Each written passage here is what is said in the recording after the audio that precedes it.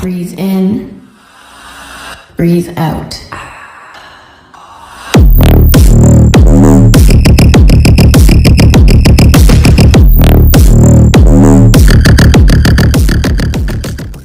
Hi guys, welcome back. I've been beating myself up because I am late on this episode of Yashahime. That was so good, oh my god. Like, I'm about to eat this salad and talk with you guys.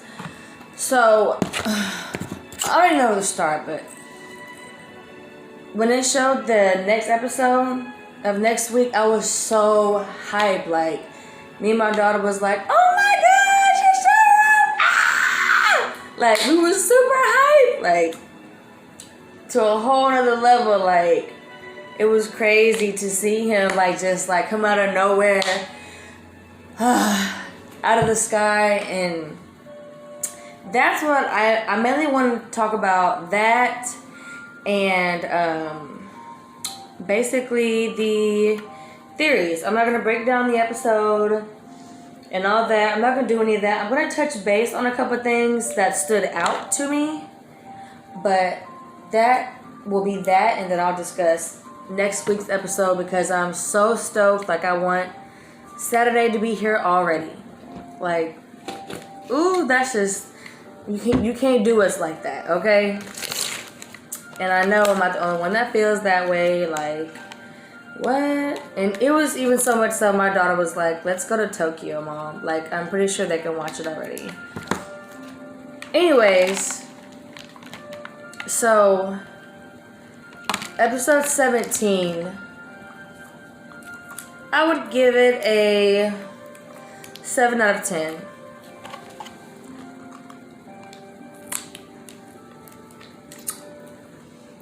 There were some things that was like kind of cliche to me.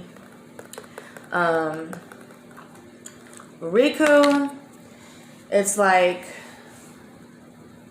more and more of him each episode.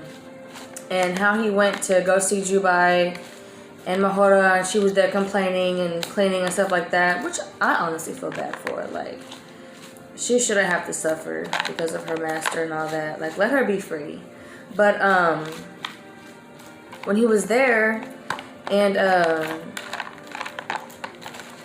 he acknowledged her or whatever, and when I was watching that, it made me think, like, Riku, you know her mother, you know her father, you know where they are, and you're just looking at her, talking to her like it's nothing. That's what crossed my mind at that moment. And then, of course, I'm pretty sure he knows, obviously, which he stated, that she needs bounties. There's no bounty, she needs bounties. And then once he brings up the monk-eating demon, did I say that backwards? Demon-eating monk, whatever. Y'all know what I'm talking about. I can't pronounce his name. But him, it's like he knew Mahora would jump on that quick. He knew it. He knew it. This guy, this man, he is so clever and highly underestimated, I feel. So once Mahora was on board, then it was, let's go find Setsuna and Toa. And I don't know what it is about the music I choose, but like, I literally like use this for like meditation, going to sleep at night, put my 3-year-old to sleep. It's so peaceful and relaxing. Like, I love it. So if you guys are annoyed by it, let me know. I do apologize in advance. I just think it's so peaceful and relaxing, and I love it. I was looking for Red's poem and I couldn't find it. And then so, anyways, once they caught up to the girls, Toa automatically noticed Riku, like, what is he doing there? And as soon as he said, like, my power friends, I was like, oh my gosh. So he's playing chess, he's playing both sides, And I honestly don't think that he wants them to die. I just think, of course, he's using them to get what he wants. And I also think he knows that they could possibly defeat him. Like, in his mind, I'm just thinking, like, what could Riku be thinking? Like, okay, I'm playing chess. I'm doing this ultimately for me. I'm selfish about it. But I like Toa, first and foremost. And I know these girls are powerful. I'm a Hanyo. They're a Hanyo. They can do it. That's what I'm thinking. And once they approached the temple and stuff, what stood out to me was the demon was like, oh, I don't even like this. Like, how long do I have to do this for? He doesn't even look tasty. Da, da, da. So I'm like, okay, what does that mean? He doesn't want to do that, but he's doing it. So that makes me feel like someone's making him do that. I don't know if any caught on to that, but I definitely did. Like, what's up with that? And then when I first showed him, he didn't take off running. He fought them. But this time, he immediately took off. Like, that's like automatically come and get me type thing. Like, that's exactly what that meant. And I don't know if they were just in the moment of trying to, you know, catch him and just get it done, but that's what that was. And that's kind of cliche to me. Like, really, y'all should have noticed, like, this is easy. Like how Sango noticed when they killed that demon, it was too easy, you know? Like, I feel like it should have been the same thing with them. And Sango is human, but like I said, Sango is on a different caliber. I'm not gonna lie, but back to my point.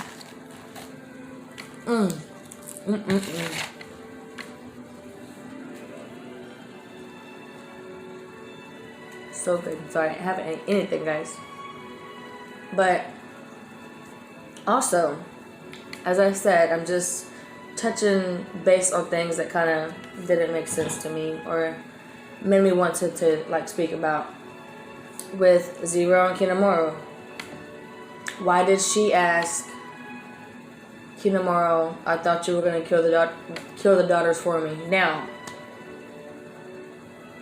either she's spiteful and has, or something happened in the past, like,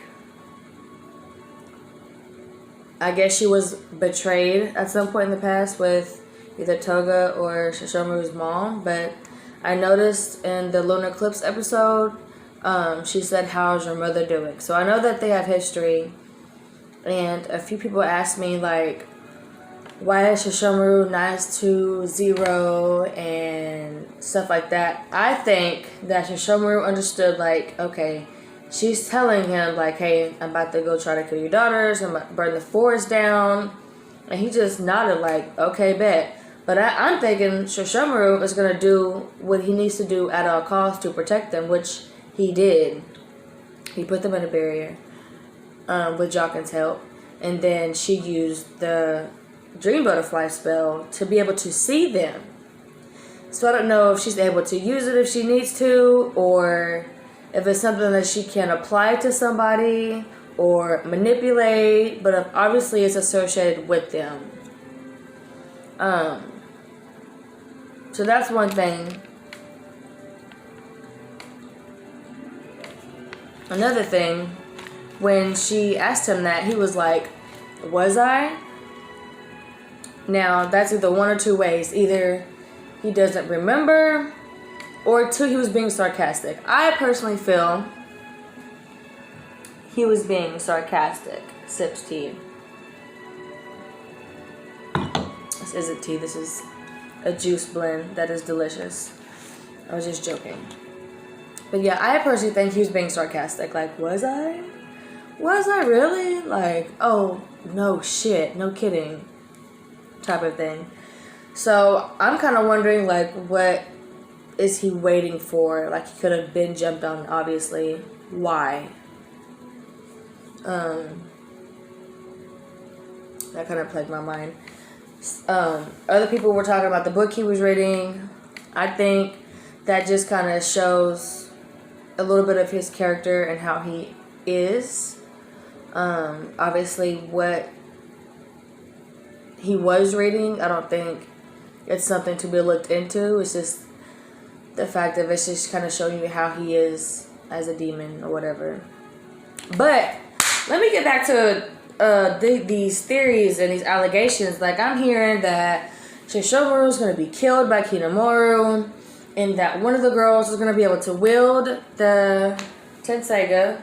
Hopefully I said that right. I'm sorry. Excuse me. Tenseiga. You know, the sword that can bring people back to life.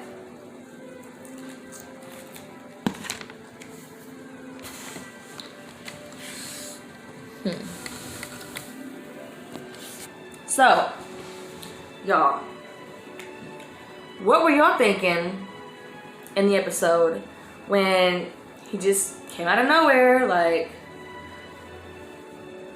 it's funny, my hubby was like, because I asked him about it, and he brought up rights of courage and cowardice or whatever. And I was like, that's just something he said to Kaede to pacify her. Like, that's what you said then. So now, either he applied that to himself, or he, and this is, I just had a whole other thought. Sorry. But either he made a deal with Kinemura to take Toa, or to make Toa go to the future. I don't know. And,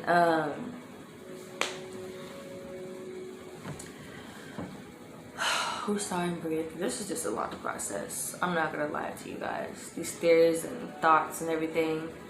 It's like I think about one thing and then something else just pops up. I'm not gonna lie. I'm being all the way 100% honest. Why does my hair look a hot mess, dude? Like, come on. Work with me, not against me.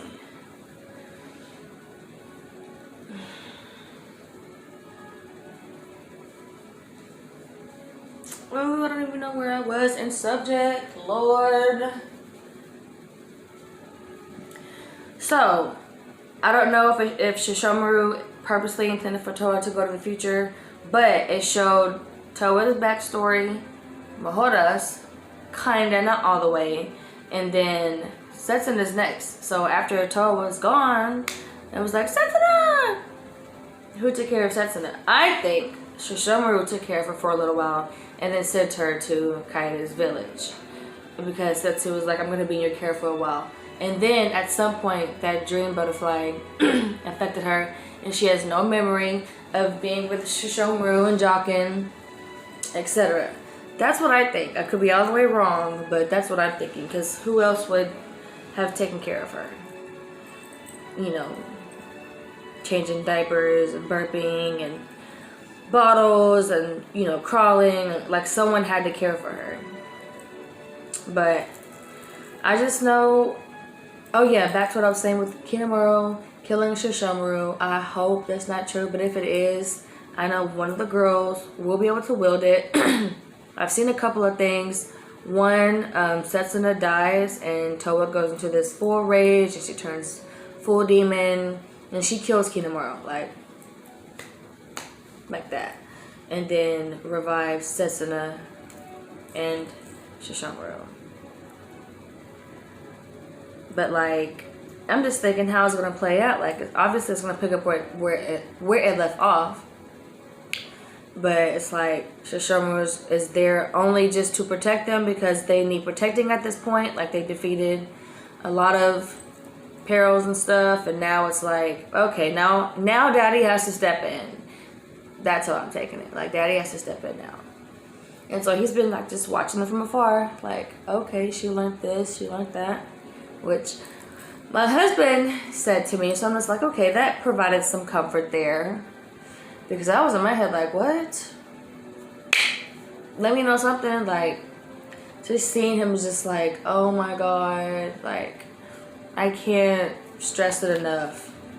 And then, like I said with Riku, I understand what he's doing.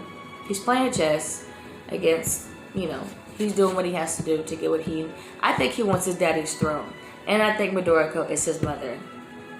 But there's no theories or evidence to support that yet. So that's just that. But I will express that's what I'm thinking.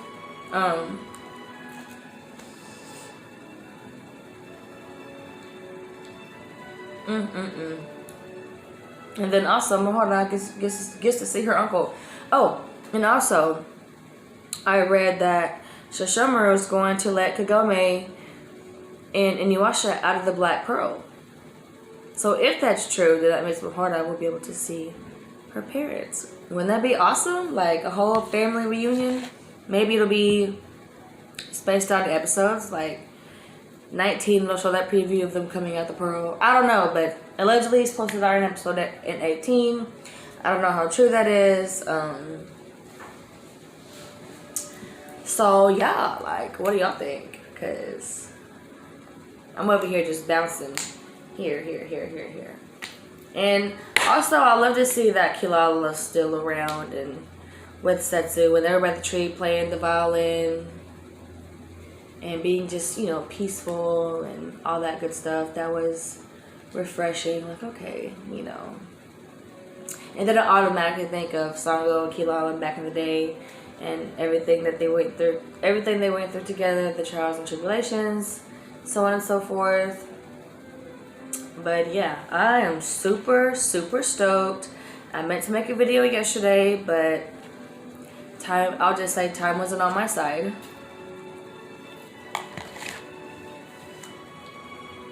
One last thing. If Kinemuro did something with time already, wild theory. Reaching for like whoop. Okay, I'm at 16. If he did that, that means Kagome would no longer exist. And that means Inuyasha is slowed back to the tree.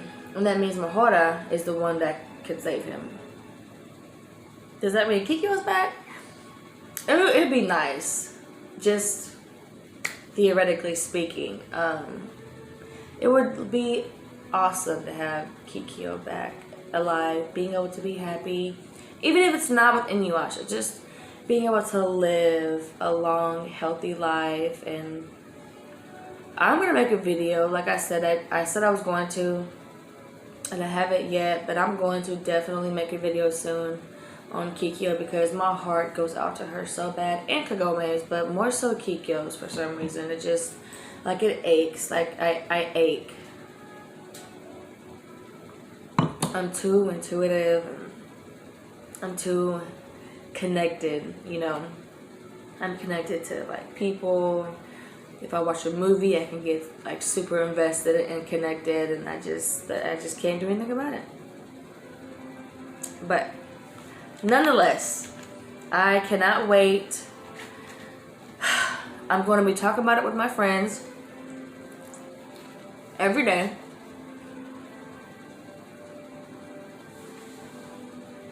Because it's crazy. Like, I'm more calm now because I've had time to watch it again and, you know, calm down. But boy, if y'all only knew how stuck me and my daughter was, it wouldn't. Like, we went to Sesshomaru's thing, and then I was like, Sesshomaru is not the tallest, is the strongest demon on there. And kid was like, nuh-uh. I was like, nah, you capping. And then she looked it up and it said Kinemuro, Sesshomaru, Inuyasha, so on and so forth. And I was like, what? I was like, that wasn't on there. That wasn't on there. It was Sesshomaru for sure. But I guess she went to Yashahime. And in Inuyasha, Sesshomaru is the strongest. And then in Yashahime, it's Kinemuro, then Sesshomaru. Like, why? Like, why? Sesshomaru should surpass his father. Inuyasha surpassed his father. So it should be an equal fight. In my opinion, it should definitely be equal. I don't know. I'm about to do some more research because there was one last thing I wanted to touch base on.